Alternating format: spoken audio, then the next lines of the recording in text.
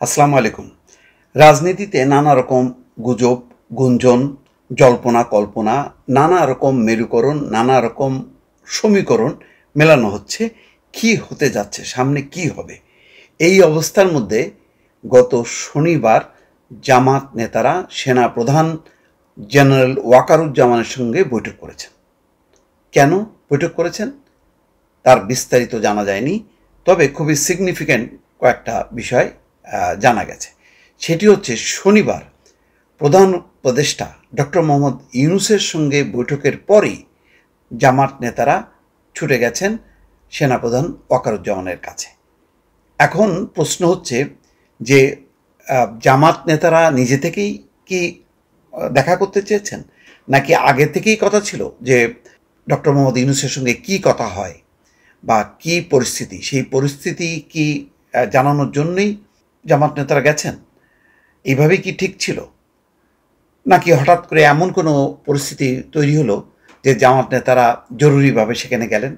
অথবা সেনাপ্রধানের পক্ষ থেকে বা সেনাপ্রধান নিজে কি ডেকেছিলেন?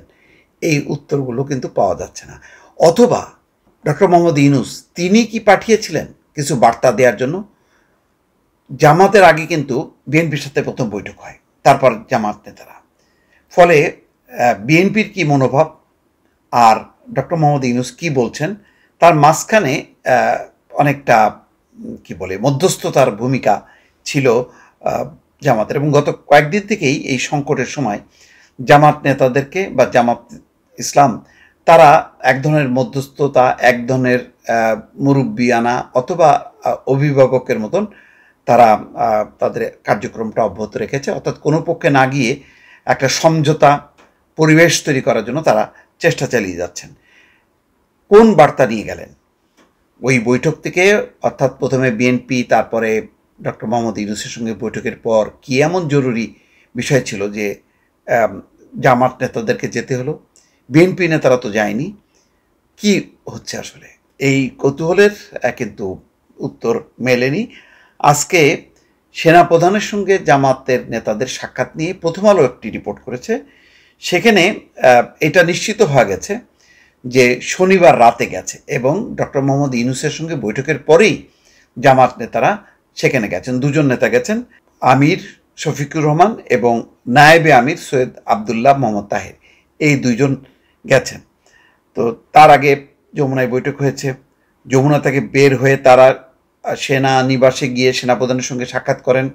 জামাত নেতা আবদুল্লাহ মোহাম্মদ তাহের সেনাপ্রধানের সঙ্গে সাক্ষাতের বিষয়টি নিশ্চিত করেছেন। জামাত নেতাদের আগ্রহেই এই সাক্ষাৎ হয় বলে জানিয়েছেন তিনি।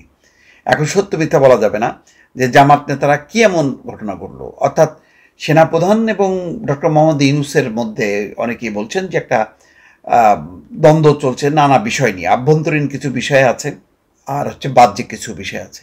সেই ব্যাপারে কি একটু সমঝোতা করার জন্য, যাতে পরিস্থিতি বিপর্যয়ের দিকে না যায় বা সংঘাতটা, দ্বন্দ্বটা তীব্র আকার ধারণ না করে, সেই কারণেই কি মধ্যস্থতার জন্য তারা গিয়েছিলেন কিনা, এমন আলোচনা কিন্তু রাজনৈতিক অঙ্গনে আছে। হঠাৎ করে সেনাপ্রধানের সঙ্গে সাক্ষাৎ কেন জানতে চাইলে আবদুল্লাহ মোহাম্মদ তাহের বলেন, এটা কোনো বৈঠক নয়, সৌজন্য সাক্ষাৎ। সেখানে অনানুষ্ঠানিক কিছু কথাবার্তা হয়েছে। এই যে অনানুষ্ঠানিক কিছু কথাবার্তা হয়েছে, এটাই ইম্পর্টেন্ট। অন্য যে কোনো সময় যদি যেতেন জামাত নেতারা, তাহলে বোঝা যেত যে একেবারেই সৌজন্য। কিন্তু এটা একেবারেই যে সৌজন্য না, এটা পরিষ্কার। স্বীকারও করেছেন আবদুল্লাহ মোহাম্মদ তাহের যে এটা অনানুষ্ঠানিক কিছু কথাবার্তা হয়েছে।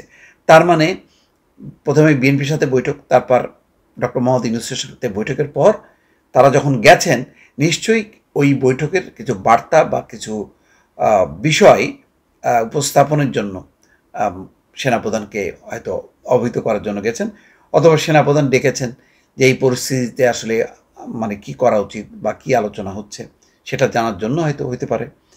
কি বিষয়ে কথাবার্তা হয়েছে জানতে চাইলে জামাত নেতা বলেন, আমরা একটা সুষ্ঠু নির্বাচন চাই। সেই লক্ষ্যে বর্তমান পরিস্থিতিতে যাতে একটা সমন্বয় সমঝোতা হয়, খেয়াল করেন, যাতে একটা ঝামেলা না হয়, ব্রেক, অর্থাৎ দুই পক্ষের মধ্যে এমন অচলাবস্থা যাতে তৈরি না হয়, তাহলে একটা ঝুঁকি তৈরি হতে পারে। সেই জন্য জামাত বিভিন্ন ধরনের প্রচেষ্টা চালিয়েছে। আকার ইঙ্গিতে কিন্তু বলেই দিচ্ছেন যে তারা একটা সমন্বয় সমঝোতা করার চেষ্টা করছে। অর্থাৎ এক ধরনের সালিসি কর্মকাণ্ড আর কি। সেনাপ্রধানের সঙ্গে এই সাক্ষাৎ সেই ধরনের একটা উদ্যোগ বলে উল্লেখ করেন সৈয়দ আবদুল্লাহ মোহাম্মদ তাহের।